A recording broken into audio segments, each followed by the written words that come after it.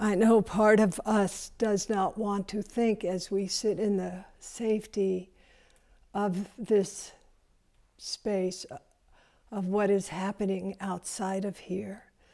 But we are sitting here because of what is happening outside of here. And we do not want what is happening outside of here to be happening in here. So your commitment to protect, to be in compassionate containment is not only for our well-being, it's for the well-being of every person we might encounter outside of our community here. So I'm so grateful. And then I was standing at the back door of the Genkan, looking out at the land and things outside of here, and recognizing and remembering the many people who have contributed to making this space possible. I think of Byron, whose ashes and bones are under the cottonwood tree, a student of mine who was murdered in Cambodia. I think of Mike Porter, who is now a nurse, who made the beautiful rock garden just south of the temple, or Anya, who made the labyrinth, or Ellen's baby who died and another tree was planted. I think of the Orno and Chris Wells and his son Chalo and wife building that Orno. I look at Shinzan, who has been here, it's our 14th year together, and knew some of these people. But there's 30 years of generosity, of dedication to the Dharma that's held in the palm of the hand of this land. And now you really wonderful people. Thank you so much. Kyle showing up after practice to deal with the water. We've got a water leak somewhere. Charlie, who's off campus, who's tracking how many gallons come out of every building. Noah, who's out there in his robes in the dark of night trying to figure out where is the leak. And one after another of you. I want to also express such gratitude to the staff as we're reimagining Upaya.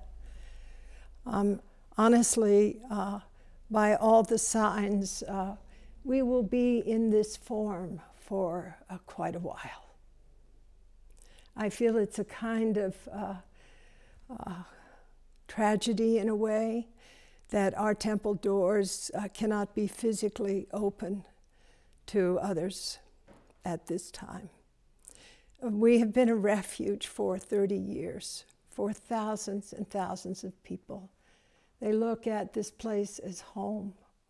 Just that feeling that I had coming into this space. And now we are in a different phase. This is a virtual home and a physical home for some of us. What makes it possible is you, but also our staff who have been with us for years. Our loyal, dedicated, and really capable staff out there outside of our perimeter, not being able to step in, isolating in their homes, and dealing with the hundreds of emails that we're exchanging back and forth as we try to figure this out so we can continue our service to others in this form. And Noah, thank you. You wonder what's behind the curtain, Noah.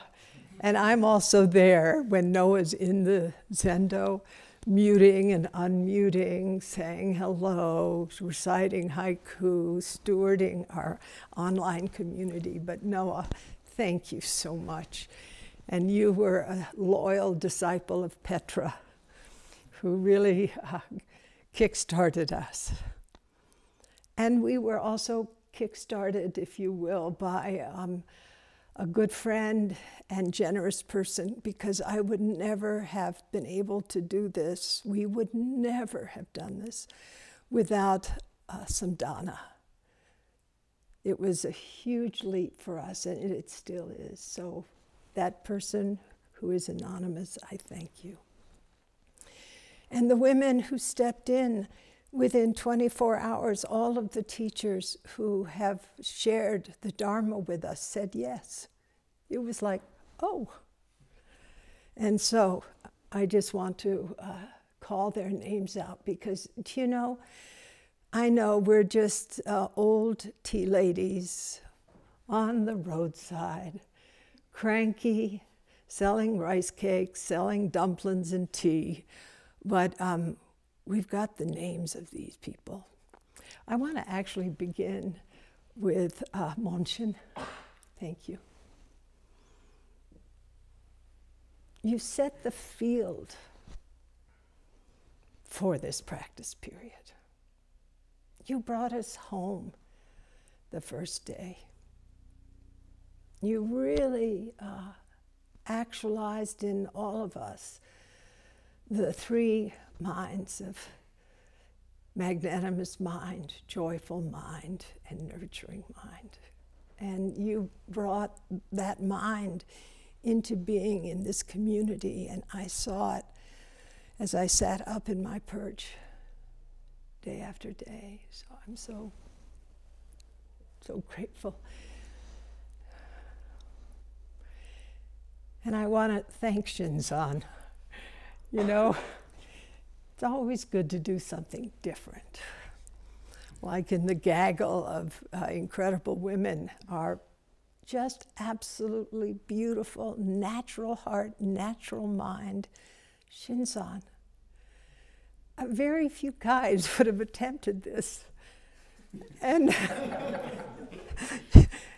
and it just made me so happy to see you out of quarantine and to enter the practice period. And thank you for the 2 weeks of solitude.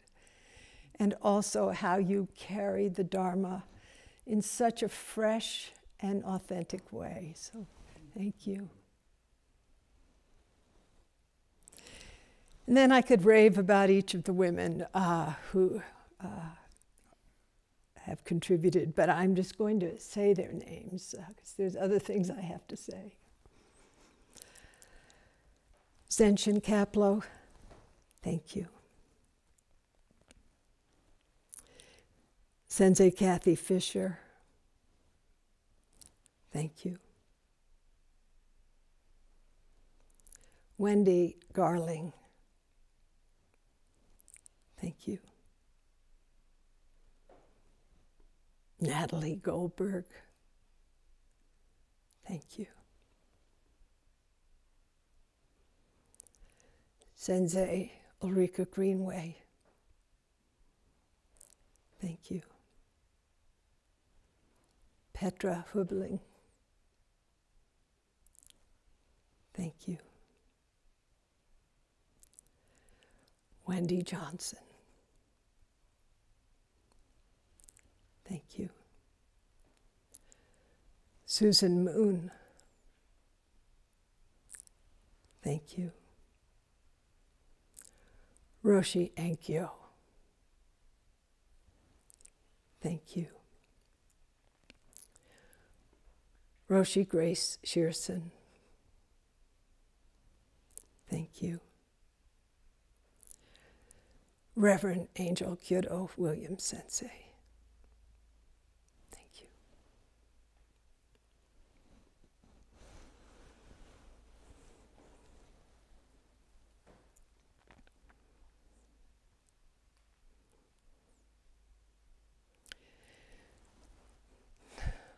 Natalie Goldberg, our neighbor, she reminded us of the old woman of Mount Wu Tai who kind of barked straight ahead.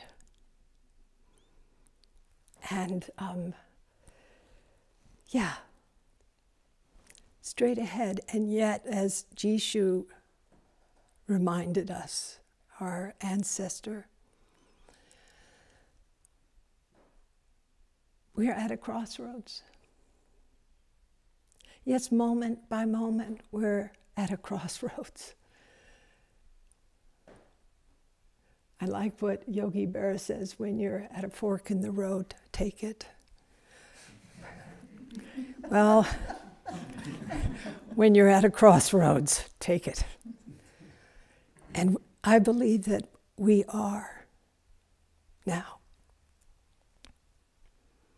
You know, I look at not only practice period and Sesshin, but also what the entire world is experiencing now as a rite of passage.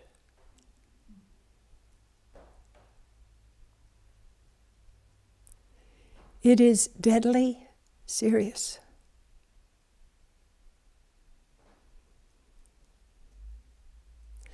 In the perspective from looking at anthropology, rites of passage unfold in 3 phases.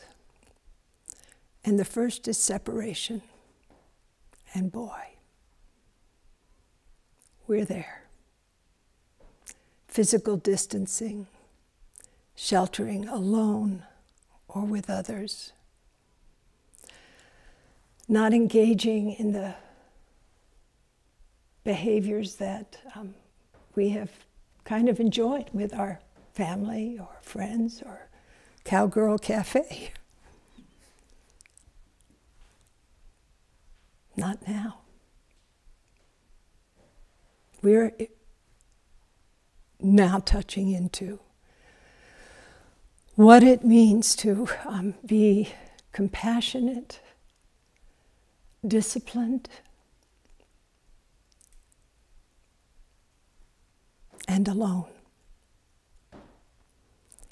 And to discover how solitude can work us, or how isolation can work us. The second phase of a rite of passage, and this is from the work, by the way, of Arnold van Gennep, a Dutch ethnographer who wrote a book called Rites of Passage, published in 1920, that became the Bible, if you will, for mythologists and anthropologists, and still is. And he saw that rites of passage had these 3 phases. And in each of the phases, the 3 phases also exist. You can just think about this experience of sheltering as exemplifying both stepping away, of resistance to being in isolation or containment, having a strong perimeter, and fighting against it, and then accepting it. So this second phase of a rite of passage is the threshold experience. And the word threshold shares the same root as the word thrash. We are being thrashed by this experience. Our economy, our business, our schools, our government, but we also as individuals. And just as threshold also implies threshing, something hard is being beaten off of us. And as such, it is terrible to go through.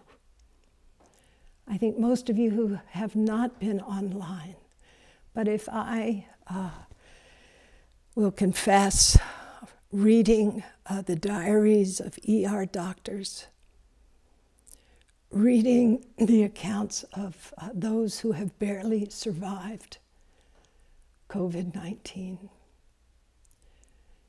hearing from people all over the world who have lost family members, who are writing me, who cannot contend with grief. And even yesterday, I got an email request from the Pepsi Corporation to meet with their employees about how to work with grief.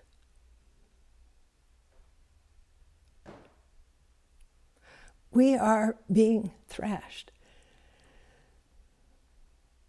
as we are at this crossroads. This is a threshold. And we can use it well or not. There will, I believe, never be another time like this, at least I hope. And so it is an extraordinary time for us to crack open the habits, the dependencies, the addictions, and the fears that have shaped our life and also ruined our earth, our hearts.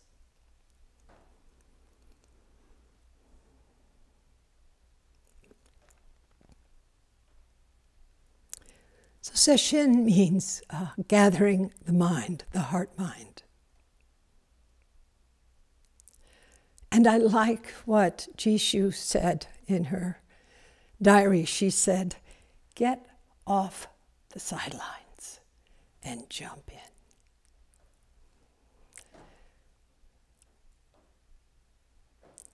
I was there the moment she died. St. Joseph's Hospital in Albuquerque. The last thing she said to Bernie and me and Genro and Daikin, she said, "I'm dying."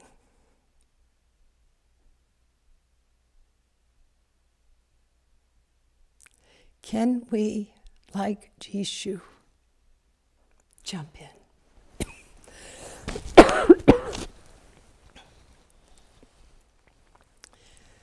Did we jump in to this practice period? Did we jump into this session? Did you, Kyle, last night jump into the water system problem? Did you, Monchen, jump in again and again, overcoming resistance and causes and conditions and meeting this moment?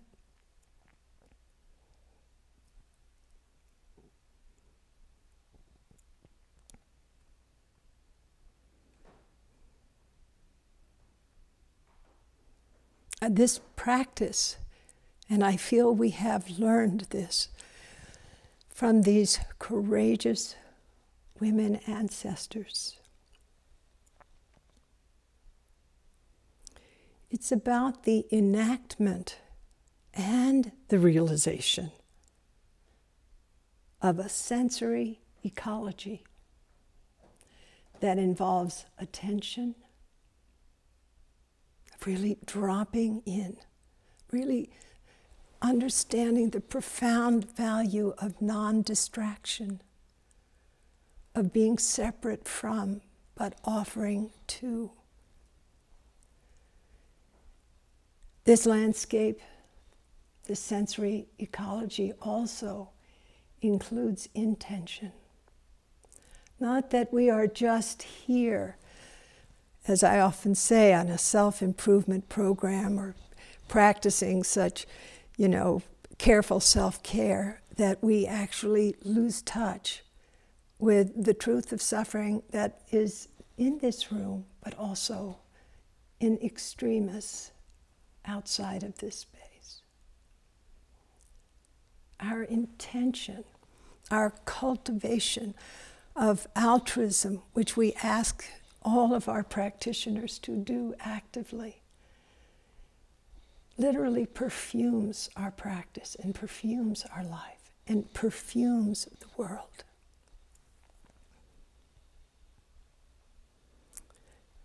The practice also, in terms of the ecology, is about connection and interconnection. And some people think, oh, Zen is so formal and people are, doing these weird behaviors. But actually what these behaviors do is acknowledge through dignity and respect our connections with each other. So when we bow to each other, and it's so beautiful to see the monitors bowing to each other before they sit on their cushions. It is about connection, relationship, respect.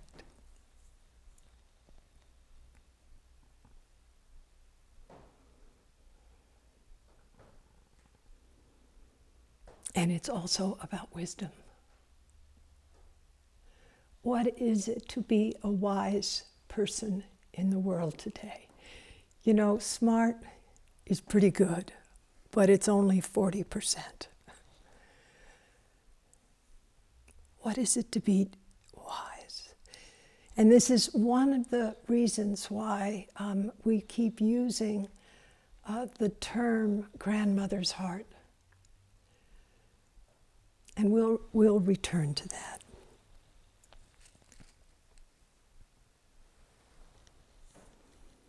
I've always appreciated this phrase from Uchiyama Roshi,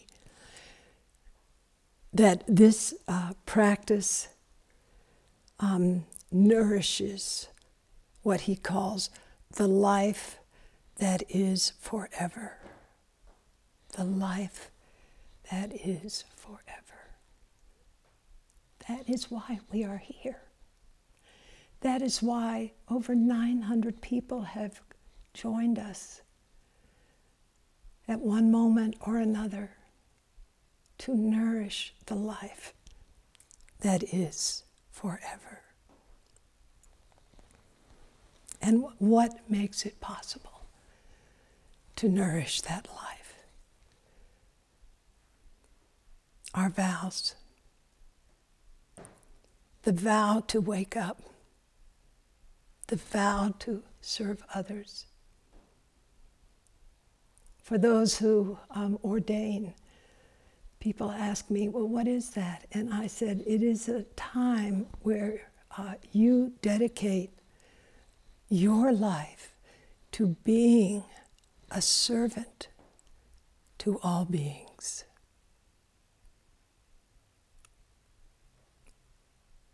That is the life that is forever. Not a life that is selfish and self-centered. That's suffering. The life that is forever is where we serve deeply from the base of awakening. And I ask myself often, why not do it now?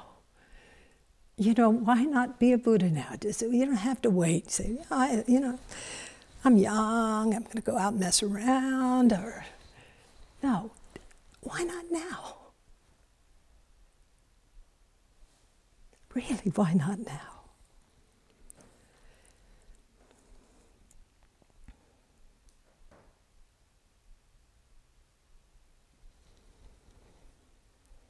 And I know that you who are in this space with me right now,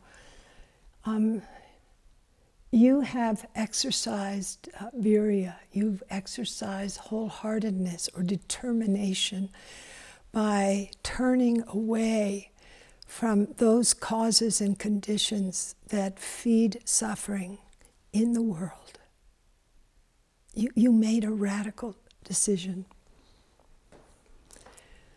And like me, you felt this kind of existential unease about what your other life had been about. And you made a choice to leave conditions which were not nourishing and that could also easily have been contributing to harm socially and to environmental harm. And you chose this path.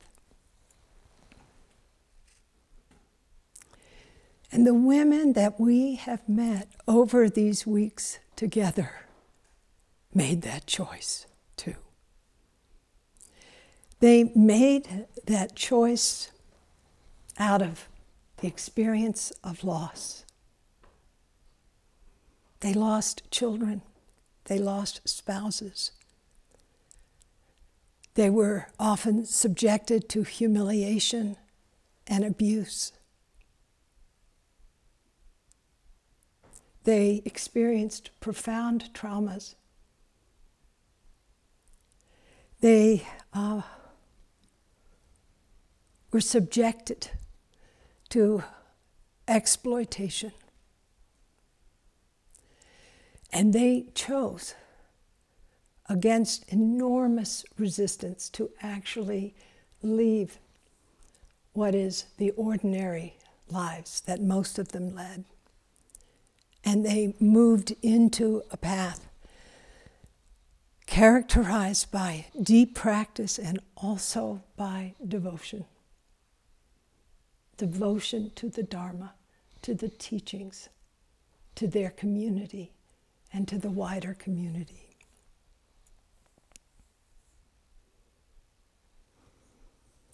And it seems, as we've been hearing the stories of many of these women, that their circumstances were desperate. And whether or not we in this room realize it, the circumstances outside of Upaya, which we should not lose touch with, truly are desperate for many.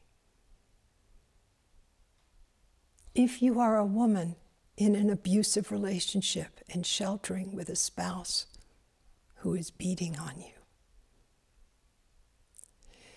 if you are a person of color in a neighborhood of pollution and who can't get access to health care, if you have fled across our border and are in a prison just south of here, where contagion is inevitable. If you are an ER doctor, a nurse, a chaplain, as some of my students are, donning PPE, this protective equipment that you can barely breathe in, taking care in the most incredibly difficult circumstances of those who are so sick. We must not forget. We must stay in touch with the truth of suffering, but not be so overwhelmed that we lose our capacity to get ourselves grounded, our priorities clear, and to awaken. And I would suggest that the women that we have been honoring, though not all, of course, some might have faced an epidemic as grave as the one that we're in, that the psychosocial conditions that these women lived in brought such suffering into the fore and actually became the means and the reason that they turned to the Dharma, not to escape, but to awaken. And so though we are protected here at this point, you never know. We know one person sick in our community, the whole community will be sick. But we must not lose touch with the truth of suffering. And these women that we have been studying,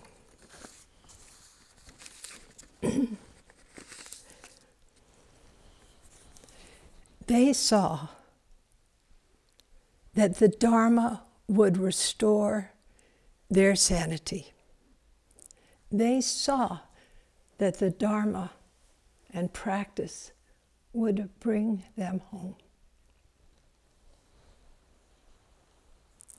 And they saw that the medium for practice, whether they were a lay woman, a nun, a dumpling seller, a princess, or a poet, they saw that they could actualize the Dharma.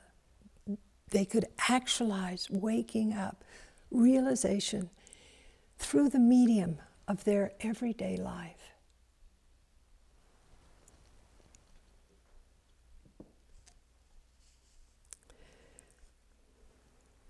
So we are here practicing together with our women ancestors.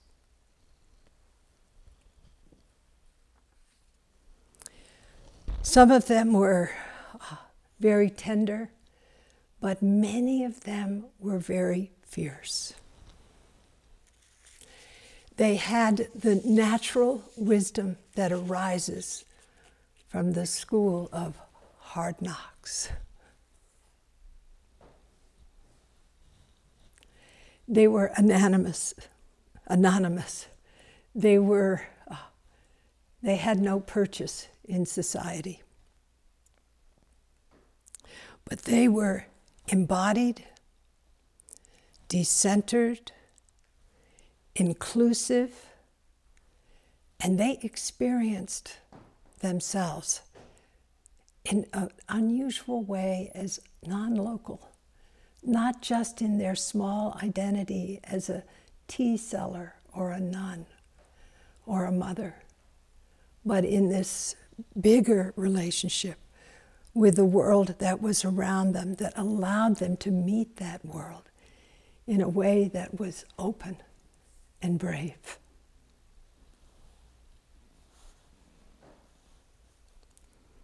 So this practice is a platform for us to experience what we can call the host mind of awareness, in which the objects of consciousness and also time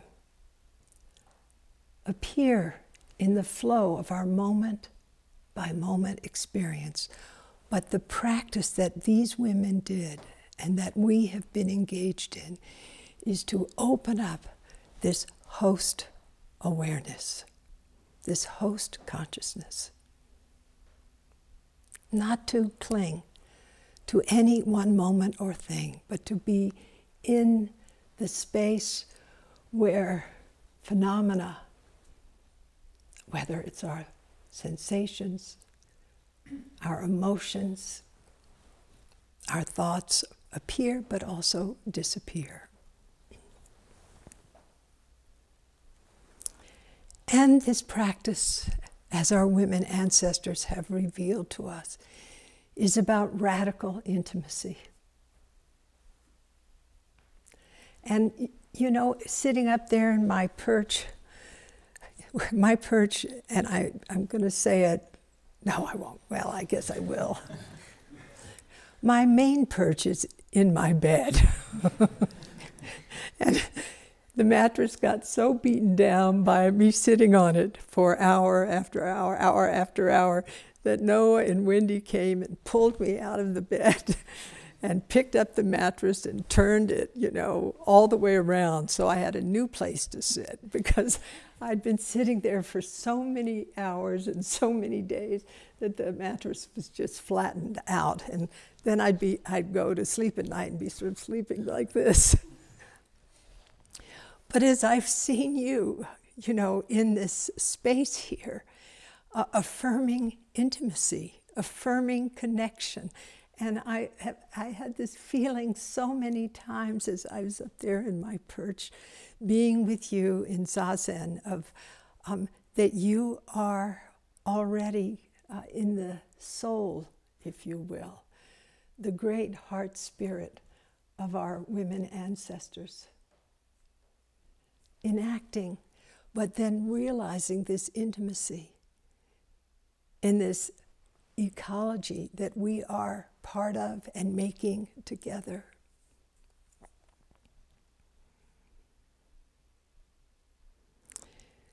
Sometimes we don't understand what we mean when we say the word intimacy, but actually it can be referred to by another word, and that word is prajna, or wisdom. That's when we're completely one, at ease, present for things just as they are, in this state of connections, samadhi. The feeling that you gave yesterday, Monshin, and also on opening, in your opening talk, and Shinsan, I just felt that was like your grandmother, and I could just see the two of you on pilgrimage together. It just was so beautiful. Intimacy. Intimate with who we really are, and unafraid of each other, and that kind of connection. And that connection is exemplified by Prajnaparamita, by the mother of all Buddhas. Wisdom is the mother of all Buddhas.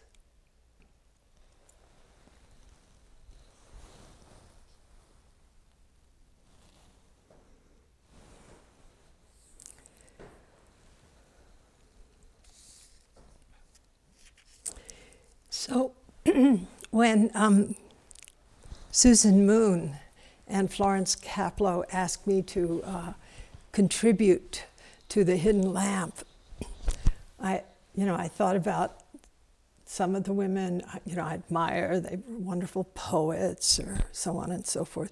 But I actually said, oh, no, I'm not going to. It's very romantic, some of these things, and you just feel some of our women ancestors are so brilliant and sensitive and beautiful.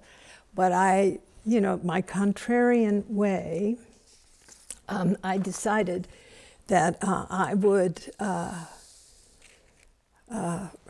write about the old woman's rice cakes. Something, I really love all these bodhisattva, highly perfumed, delicate, tender women. They're just wonderful. But there's something about me. It's the person who lives in the mountains and doesn't take a bath for weeks. Or the person who's in an airport, with an appropriate thing on my head so I don't look special, who helps a woman from the Middle East who's having a meltdown. There's something about these old women on the road. They're unnamed. They're really cranky. They're specialists in skewering Zen masters who are puffed up, so they're like pufferfish that facilitating their total liberation. And I'm not suggesting that you do this. This could be bad. We're in this together, but there are moments when I slip into it. These are women of no rank. Even if they have been royalty, as some of our women ancestors have been, they have chosen to renounce their privilege. They're mostly lay people. They're low class. They completely lack worldly power of any kind. Their vocation is humble. They're just selling tea and dumplings on the roadside. They're old. They're not related to any men that give them credibility.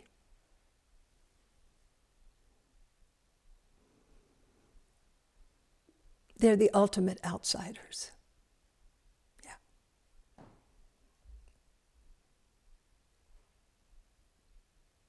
Yes, these are interesting people. And they're mostly fierce. And their ferocity has been born of adversity. You can imagine what a woman in the Tang Dynasty, born into a poor family, faces or had to face. And these women are exactly what we have dismissed and or overlooked. They were dismissed and overlooked in the societies in which they found themselves. But also, they exemplify something within our own nature which is wild, free, courageous, authentic.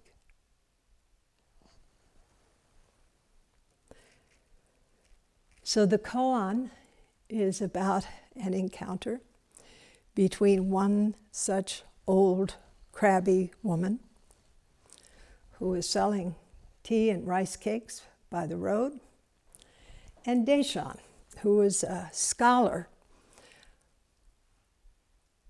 of the Diamond Sutra, of the sutra that really points toward emptiness. He's also associated with 2 of the 5 houses of Zen. Now, Deshan was from northern China, and he was very interested in the Vinaya, in the study of the rules, of the precepts. He also totally immersed himself in the Diamond Sutra. And he then heard about the Southern School of Zen, which emphasized enlightenment. The enlightenment that doesn't come about through sort of like an engineer organizing your realization step by step, but sudden enlightenment. And Deshan disagreed. And he railed against the Southern School. And he decided to go south and just renounce and shame and blame. And then he started, on this trip. But, of course, he took copies of the Diamond Sutra and the commentaries and his notes, and had this big pack of all of the, great insights about the Diamond Sutra. And he came across an old woman on the side of the road who was selling tea and rice cakes. And Deshan asked her, so who are you? And actually, that's a pretty good question to ask ourselves. Who are you? Who are you? Deshan is asking the old woman, but I am asking myself, who am I really? Who are you really? And in some Zen schools, that's all you ask. Who are you? Who am I? Which is, wildly enough, the heart of the Diamond Sutra. But I don't think Deshan got that. But I'm asking you to consider, to sit with that question. Who am I really? Who are you?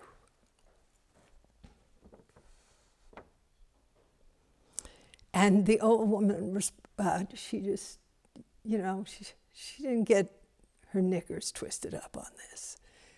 She said, I'm an old woman selling rice cakes and tea.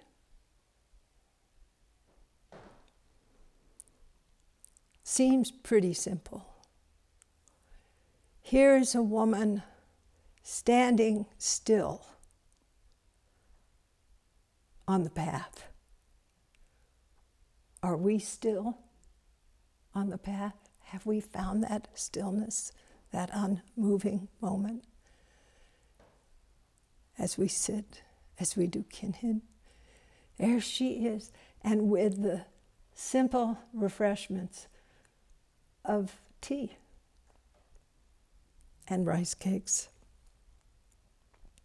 What are you doing to nourish your awakening? I'm an old woman selling rice cakes. When he asked if he could buy some refreshments from her, she inquired, Venerable priest, what are you carrying in your bag? Uh-oh. You can see trouble's coming. And we take that question to heart. What am I carrying in my bag? What's weighing me down? What have I dragged across the land and the years that I'm still carrying? What are you carrying in your bag? What's weighing you down? Look deeply. Don't turn away. Don't pretend it's not there. She's saying, what are you carrying in your bag? I remember one time Thich Nhat Hanh said, it's important to understand the roots of your suffering. So a lot of times, you know, if you're a Zenish kind of person, that weight will come back to squash you. Insight is essential. Look at what I am. Look at what you are carrying that wants to be let go of. And then Deshan said, I'm a scholar of the Diamond Sutra. And here I have all my notes and commentaries. I mean, this is like a doctor's stethoscope, like the PhD at the end of your name. It is all the signs that give you a sense of self-importance, and boy, Deshan is just like a puffed up guy. I mean, wow. How big is that load that Deshan was carrying, and how big is our load? And then, you know, this old lady's not stupid. She then laid it right into him, and she said, I've heard that according to the Diamond Sutra, past mind is ungraspable. Present mind is ungraspable. Future mind is ungraspable. So where is the mind that you wish to refresh with rice cakes, O scholar? Whoa, if you can answer this, she says, you may buy a rice cake from me. If not, you're going to have to go elsewhere. Well, guess what? Deshan was unable to reply. Stopped dead in his tracks.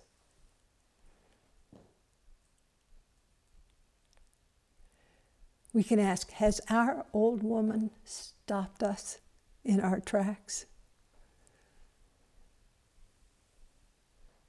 And who is that old woman inside of us? But she wasn't totally bad. She knew he needed some training. And so she directed him to a great Zen master down the road. Straight ahead, right here. Deshan departed and was to burn up the Diamond Sutra and all of the commentaries.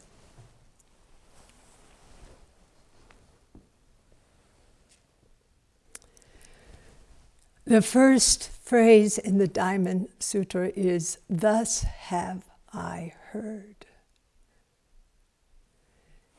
Daishin heard it. He heard what was important to hear from that old woman. Not from the Diamond Sutra, but from her diamond mind,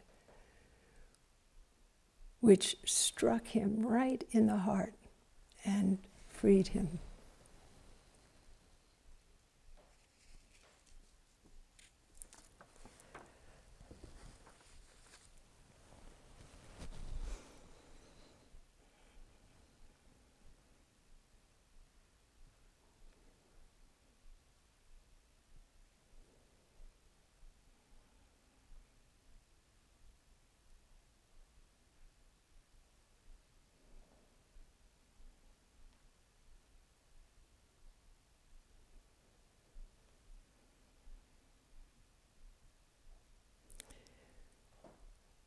In Zen, sometimes we use the metaphor of treating everything, treating everyone as though your own eyeballs were in your hands.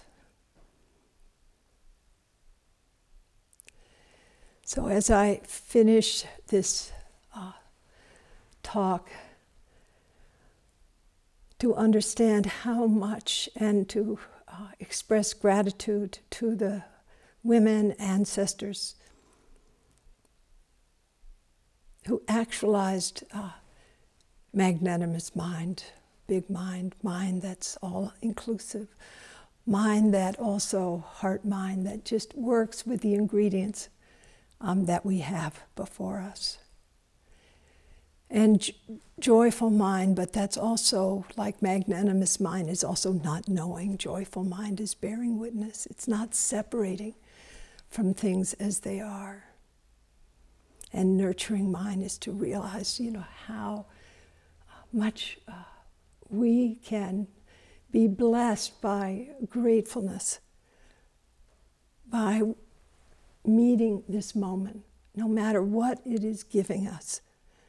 Just like a cook would meet the act of cooking with a sense of gratitude that we can serve others by being in this space of practice together.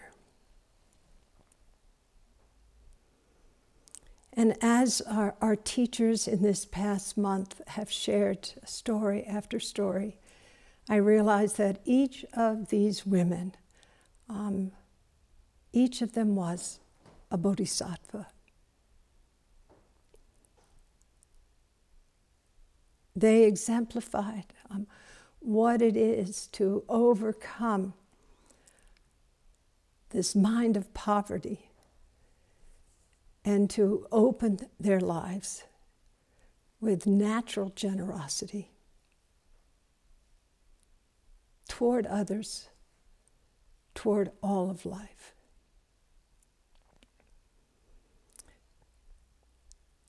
I'm aware that this is the last Dharma talk, as the sun is grazing my head. That's all right. I'm almost done.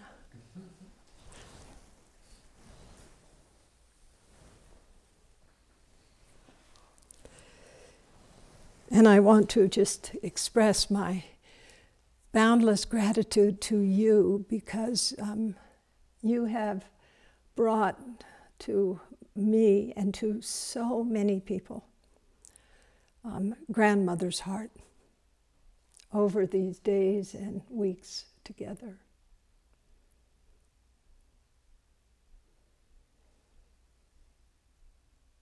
And I want to just say to those of you who are tuning into